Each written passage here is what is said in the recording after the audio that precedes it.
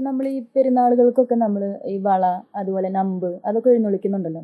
അപ്പോൾ അതിനെ പറ്റി നമുക്ക് ഈ കത്തോലിക്ക സഭയിലോ അതോ വിശുദ്ധ ഗ്രന്ഥത്തിലോ അങ്ങനെ നമുക്ക് ആധികാരികമായിട്ട് എന്തെങ്കിലും ഇങ്ങനെ പറഞ്ഞിടല്ലോ അങ്ങനെ എന്തെങ്കിലും ഉണ്ടോ? ഓക്കെ, തീർച്ചയായിട്ടും കത്തോലിക്ക സഭയിലെ ഒരു രീതി എന്ന് പറഞ്ഞാൽ വിശുദ്ധ ഗ്രന്ഥത്തിൽ പറഞ്ഞ കാര്യങ്ങൾ മാത്രമല്ല, മറിച്ച് സഭയുടെ വിശുദ്ധ പാരമ്പര്യങ്ങളിൽപ്പെട്ട കാര്യങ്ങൾ കൂടി സഭയിൽ ഉണ്ട്. അപ്പോൾ അതുകൊണ്ട് അതിൽ ഉൾപ്പെടുത്താവുന്നതാണ് ഈ പറയുന്ന അമ്പ് എഴുന്നള്ളിക്കുന്നതും പ്രദക്ഷിണവും വള എഴുന്നള്ളിക്കുന്നതും കിരീടം എഴുന്നള്ളിക്കുന്നതും ഒക്കെ. ഒന്നാമത്തെ ഒരു ചരിത്രത്തിൽ നിന്ന് നമ്മൾ നോക്കുകയാണെങ്കിൽ ഈ ചരിത്രത്തിൽ ഐക്കണോഗ്രാഫിക് ട്രഡീഷൻ എന്ന് പറയും. അതായത് വിശുദ്ധരുടെ രൂപങ്ങളും ചിത്രങ്ങളും വരയ്ക്കുന്ന ഒരു പാരമ്പര്യം നമുക്കുണ്ട്. ആ പാരമ്പര്യം അനുസരിച്ച് അവരുടെ ഓരോരുത്തരുടെയും കയ്യിൽ ഓരോ ആയുധം കാണാം. ഒരാളുടെ കയ്യിൽ അമ്പ് കാണാം, അല്ലെങ്കിൽ ശരീരത്തിൽ അമ്പ് കാണാം, വേറെ ആളുടെ കയ്യിൽ ശൂലം കാണാം, വേറെ ആളുടെ കയ്യിൽ കുരിശ് കാണാം, വേറെ ആളുടെ വടി കാണാം. ഇതൊക്കെ ഇങ്ങനെ ഉദ്ദേശിക്കുന്നത്. അല്ലെങ്കിൽ ഈ പൗലോസ്ലീഹ ആണെങ്കിൽ വാള് കാണാം, ഇങ്ങനെ വാളിങ്ങനെ കുത്തിപ്പിടിച്ചിട്ടുണ്ടാവും. അതിനൊക്കെ കാരണം അവരത് ഉപയോഗിച്ചിട്ട് യുദ്ധം ചെയ്തെന്നോ അല്ലെങ്കിൽ തല്ലുകൂടിയെന്നോ അടികൂടിയെന്നോ ഒന്നുമല്ല, മറിച്ച് അവരെ ആ ആയുധത്താലാണ് രക്തസാക്ഷിത്വം വഹിച്ചത്. അപ്പോൾ ആ രക്തസാക്ഷിത്വം വരിച്ച ആ ആയുധങ്ങളെ അവർ മനസ്സിലാക്കാൻ അല്ലെങ്കിൽ ജനങ്ങൾക്ക് അനുസ്മരിക്കാൻ വേണ്ടിയിട്ടാണ് അവരുടെ കയ്യിൽ ആ ആയുധം കൊടുക്കുന്നത്. മനസ്സിലായി? അപ്പോൾ അതാണ് ഒരു പാരമ്പര്യം, സഭയിൽ ഉള്ള അംഗീകൃതമായൊരു പാരമ്പര്യം, ഐക്കണോഗ്രാഫിക് ട്രഡീഷൻ അല്ലെങ്കിൽ വിശുദ്ധ കല എന്ന് പറയും. വിശുദ്ധ കല എന്ന് പറഞ്ഞു കഴിഞ്ഞാൽ തിരുസ്വരൂപങ്ങൾ ഉണ്ടാക്കുന്നതും അതുപോലെ തന്നെ വിശുദ്ധ ചിത്രങ്ങൾ വരയ്ക്കുന്നതിന് ഒരു നിയമമുണ്ട്. ആ നിയമത്തിലെ ഒരു രീതിയാണിത്. അതുപോലെ തന്നെ കിരീടത്തിന് ഒരു നിയമമുണ്ട്. ശരിക്കും പറയുകയാണെങ്കിൽ ഐക്കണോഗ്രാഫിക് ട്രഡീഷനിലെ പ്രഭ എന്ന് പറയുന്ന ഒരു വട്ടമാണ് വിശുദ്ധർക്ക് കൊടുക്കുന്നതെങ്കിൽ അതിന് ഒരു കുരിശൻ്റെ ആകൃതി കൂടി ഈശോയ്ക്ക് കൊടുക്കും. പിന്നെ മാതാവിന് മാത്രമാണ് പിന്നെ കിരീടമായിട്ട് കൊടുക്കുകയുള്ളൂ. അതും ഐക്കണോഗ്രാഫിക് ട്രഡീഷനിലുള്ള ഒരു കാര്യമാണ്. പക്ഷെ നമ്മുടെ ഭാരതത്തിൽ അല്ലെങ്കിൽ നമ്മുടെ കേരളത്തിലെ ഒരു സ്ഥിതി എന്ന് പറഞ്ഞു കഴിഞ്ഞാൽ നമ്മൾ പെരുന്നാളിനോടനുബന്ധിച്ച് അമ്പ് എഴുന്നള്ളിക്കുന്നുണ്ട്, ചില സ്ഥലങ്ങളിൽ വള എഴുന്നള്ളിക്കുന്നുണ്ട്, ചില സ്ഥലങ്ങളിൽ കിരീടം എഴുന്നള്ളിക്കുന്നുണ്ട്, ചില സ്ഥലങ്ങളിൽ ലില്ലിപ്പൂവ് എഴുന്നള്ളിക്കുന്നുണ്ട്. അങ്ങനെയൊക്കെയുള്ള ആചാരങ്ങൾ നമ്മുടെ ഇടയിലുണ്ട്. ഇതൊന്നും സഭയുടെ ഒരു ഔദ്യോഗിക ഗ്രന്ഥത്തിൽ പറഞ്ഞതോ അല്ലെങ്കിൽ വിശുദ്ധ ഗ്രന്ഥത്തിൽ പറഞ്ഞതോ ഒന്നുമല്ല. അത് ഈ നാട്ടിലെ ക്രമമനുസരിച്ച് അല്ലെങ്കിൽ ഒരു പാരമ്പര്യം അനുസരിച്ച് വളർന്ന് വികസിച്ച കാര്യമാണ്. പിന്നെ ചിലർ പറയാറുണ്ട്, അമ്പ കൊണ്ടല്ലല്ലോ സെബസ്ത്യാനോസ് മരിച്ചത്, ഗത കൊണ്ട് അടിയേറ്റാണ് സെബസ്ത്യാനോസ് മരിച്ചത്. അപ്പോൾ അങ്ങനെ വയ്ക്കുന്ന എന്താണ് അർത്ഥം? അതിന് പ്രത്യേകിച്ച് അർത്ഥക്കുറവോ ഒന്നും ഇല്ല. പക്ഷേ അമ്പേറ്റു എന്നുള്ളത് നമ്മൾ കഥകൾ വായിക്കുന്ന ഒരു യാഥാർത്ഥ്യമാണ്. അപ്പോൾ അത് അനുസ്മരിക്കുന്നു, അല്ലെങ്കിൽ എത്രയും പീഡകൾ സഹിച്ചു എന്നുള്ളത് നമ്മൾ അനുസ്മരിക്കുന്നു എന്ന് മാത്രം. അതുപോലെ തന്നെ ഈ വളയും യൗസേപിതാവും മാതാവും തമ്മിൽ എന്ത് ബന്ധമെന്ന് ചോദിച്ചാൽ അങ്ങനെ ഒരു ബന്ധമേ ഇല്ല. കാരണം യഹൂദരുടെ കല്യാണത്തിന് വളയിട്ട് കല്യാണം ഉറപ്പിക്കുന്ന പരിപാടിയൊന്നും ഇല്ല. പിന്നെ അതുപോലെ തന്നെ കിരീടം എഴുന്നള്ളിക്കുന്നു. കിരീടം സ്വർഗത്തിലെ രാജ്ഞിയായി ഉയർത്തപ്പെട്ടു എന്നുള്ള ഒരു പാരമ്പര്യം നമുക്കുണ്ട്. അങ്ങനെ ഒരു പെരുന്നാളും ഉണ്ട്.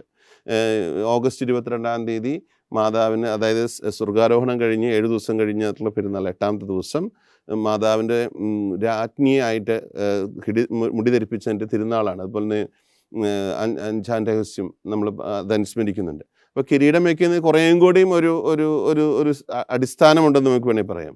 അതുപോലെ ലില്ലിയുടെ വടി എഴുന്നള്ളിക്കുന്നു ചില സ്ഥലങ്ങൾ, അങ്ങനെ ഒരു ഇതുണ്ട്. ഇതെല്ലാം ഒരു പോപ്പുലർ കൾച്ചർ അല്ലെങ്കിൽ പോപ്പുലർ കൾട്ട് എന്ന് പറയും. ജനകീയമായിട്ടുള്ള ഒരു രീതിയുടെ ഭാഗമെന്നല്ലാതെ അതിന് അമിതമായൊരു പ്രാധാന്യമോ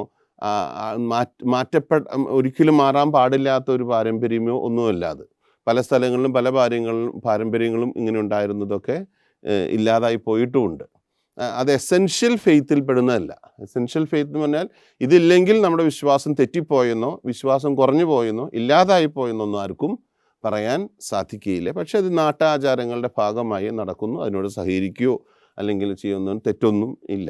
അത് തന്നെ ഇത് നേരത്തെ നമ്മൾ സൂചിപ്പിച്ച പോലെ ഈ വിശുദ്ധരോടുള്ള വണക്കവും ഇങ്ങനത്തെ കൾട്ടും കാര്യങ്ങളൊക്കെ നമ്മുടെ സ്വാതന്ത്ര്യത്തിൽപ്പെടുന്ന വിശ്വാസ ആചാരം. ഇപ്പോൾ ഒരു നൊവേനയിൽ പങ്കെടുക്കണമോ വേണ്ടയോ, രതിഞ്ഞ് പങ്കെടുക്കണമോ വേണ്ടയോ, വണക്കമാസം ചെല്ലണമോ വേണ്ടോ, ഇതൊക്കെ നമ്മുടെ ഇതിൽപ്പെട്ടതാണ്. അതേസമയം എന്താ പറയുന്നത്, കൂദാശകൾ സ്വീകരിക്കണമോ കുമ്പസാരിക്കണമോ, അതെല്ലാം നമ്മുടെ വിശ്വാസത്തിൻ്റെ അടിസ്ഥാന കാര്യങ്ങളിൽപ്പെട്ടതാണ്. ഈശോ സ്ഥാപിച്ച കാര്യങ്ങളാണ്. അതിൻ്റെ ഗ്രേഡ് വേറെയാണ്, അതിൻ്റെ രീതി വേറെയാണ്. പക്ഷേ അതേസമയം മറ്റുള്ള കൊച്ചു കൊച്ചു കാര്യങ്ങൾ നമ്മൾ ചെയ്യണമോ വേണ്ടയോ എന്ന് ഓരോ വ്യക്തിക്കും തീരുമാനിക്കുക. അതുകൊണ്ടാണ് സഭ ഈ പറഞ്ഞ ഗണത്തിനെ സ്വകാര്യ ഭക്താഭ്യാസങ്ങൾ എന്നാണ് വിളിക്കുന്നത്. പ്രൈവറ്റ് ഡിവോഷൻസ് സ്വകാര്യ ഭക്താഭ്യാസങ്ങൾ. അത് നമുക്ക് സ്വതന്ത്രമായിട്ട് തീരുമാനിക്കാം. ഇനിയിപ്പോൾ ഒരു നൊവേനയിൽ പങ്കെടുത്തില്ല, ദൈവകോപം വരും, അത് സഭയുടെ പഠനങ്ങളുടെ ഭാഗമല്ല. എന്നാൽ നമുക്ക് നൊവേനയിൽ പങ്കെടുക്കണോ? പങ്കെടുക്കാം, നല്ല കാര്യം തന്നെ. വിശുദ്ധരുടെ മാധ്യസ്ഥ്യം അപേക്ഷിക്കാം, നോ പ്രോബ്ലം. അങ്ങനെ ഒരു രീതിയിൽ അതിനെ മനസ്സിലാക്കുന്നതാണ് കൂടുതൽ നല്ലത്. കാരണം ചിലരെങ്കിലും പേടിച്ചും ഭയപ്പെട്ടും ഒക്കെ ഇങ്ങനെ ജീവിച്ചു പോകുന്ന ആളുകളുണ്ട്. നമ്മുടെ ദൈവം പേടിപ്പെടുത്തുന്ന ദൈവമല്ല. കത്തോലിക്കൽ അല്ലെങ്കിൽ ക്രിസ്ത്യാനി പേടിക്കേണ്ട കാര്യം ഇതുപോലെയുള്ള കൾട്ടുകൾ അല്ലെങ്കിൽ ഇങ്ങനത്തെ കാര്യങ്ങളല്ല. കൾട്ടുകൾ വേണ്ടാന്നല്ല കേട്ടോ ഉദ്ദേശിക്കുന്നത്, അല്ലെങ്കിൽ നൊവേന വേണ്ട, അതല്ല ഉദ്ദേശിക്കുന്നത്. മറിച്ച് ഇതിനെ പേടിക്കുന്ന കുറേ ആളുകളുണ്ട്. ഇന്ന സ്ഥലത്തേക്ക് നമ്മൾ വഴിപാട് നടത്തിയില്ല, കോഴിയെ കൊടുത്തില്ല, അതുകൊണ്ട് നമ്മുടെ ഇന്നിപ്പോൾ പാമ്പ് വന്നുകൊണ്ടിരിക്കും, അല്ലെങ്കിൽ ഇന്ന ഇത് ചെയ്തില്ല. അങ്ങനത്തെ ഒരു ഭയപ്പാട് നമ്മുടെ ക്രിസ്തീയ വിശ്വാസത്തിൻ്റെ ഭാഗമായിട്ട് കണക്ക് കൂട്ടാൻ നമുക്ക് സാധിക്കില്ല. ക്രിസ്ത്യാനി പേടിക്കേണ്ട ഒറ്റ കാര്യമുള്ളൂ, നരകത്തിൽ ഇടാൻ സാധിക്കുന്ന അവസ്ഥ, പോകുന്ന അവസ്ഥ. അത് നമുക്കുണ്ടാകരുത്. എപ്പോഴും നമ്മൾ നരകത്തിൽ പോകുന്നത്? നമ്മൾ നരകത്തിൽ പോകുന്നത് ഈശോ അന്ത്യവിധിയിൽ പറയുന്ന കാര്യങ്ങളുണ്ടല്ലോ. ഏതൊക്കെയാണ് അത്? ഞാൻ രോഗിയായിരുന്നു, നിങ്ങൾ കണ്ടു, രോഗി, വസ്ത്രമില്ലാത്തവൻ, ദാഹിക്കുന്നവൻ, പിന്നെ ആരാണ്, ഭക്ഷണമില്ലാത്തവൻ, അങ്ങനെയുള്ള അവസ്ഥകളുണ്ടല്ലോ. അതിൻ്റെ അവസാനം പറയുന്നുണ്ട്, എൻ്റെ മുഖം നിങ്ങളിത് ചെയ്തു കൊടുത്തപ്പോൾ എനിക്ക് തന്നെയാണ് ചെയ്തതെന്ന് പറയുന്നുണ്ട്. അതിലെന്തെങ്കിലും കുറവ് വന്നിട്ടുണ്ടെങ്കിൽ പ്രശ്നമാണ്. നമുക്ക് പലപ്പോഴും പറ്റിപ്പോകുന്നത് അതിൽ ഭയങ്കരമായിട്ട് കുറവ് വരുത്തുകയും ഇത് ഭയങ്കര ഹൈക്കായിട്ട് ഇങ്ങനെ നിർത്തുകയും ചെയ്യുന്ന അത്. ക്രിസ്ത്യൻ എസെൻഷ്യൽ ഫെയ്ത്ത് നിന്ന് മാറിയിട്ട് എന്തിലേക്ക് മാറുന്നു? കൾട്ടിക് ഫെയ്ത്തിലേക്ക്, അല്ലെങ്കിൽ ഈ ആചാരാനുഷ്ഠാനങ്ങളിൽ കുടുങ്ങിക്കെടുക്കുന്ന ഒരു വിശ്വാസ രീതിയിലേക്ക് നമ്മൾ മാറുന്നു. എന്നാൽ നമ്മളപ്പോൾ അടുത്ത എക്സ്ട്രീമിലേക്ക് പോകും. അന്ന് ആചാരാനുഷ്ഠാനങ്ങളൊന്നും വേണ്ട, അന്ന് അത് തള്ളിക്കളഞ്ഞോ.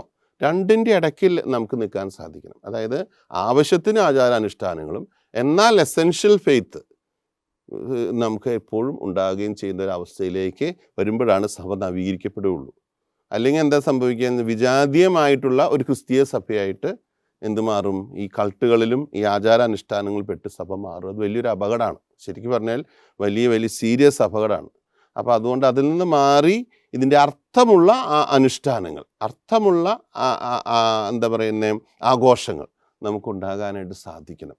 ഏറ്റവും അടിസ്ഥാനപരമായ കാര്യം ദൈവസ്നേഹത്തിനും പരസ്നേഹത്തിനും കോട്ടം തട്ടാത്ത കാര്യങ്ങളായിരിക്കണം നടക്കേണ്ടത്. പലപ്പോഴും അത് സംഭവിക്കുന്നില്ല.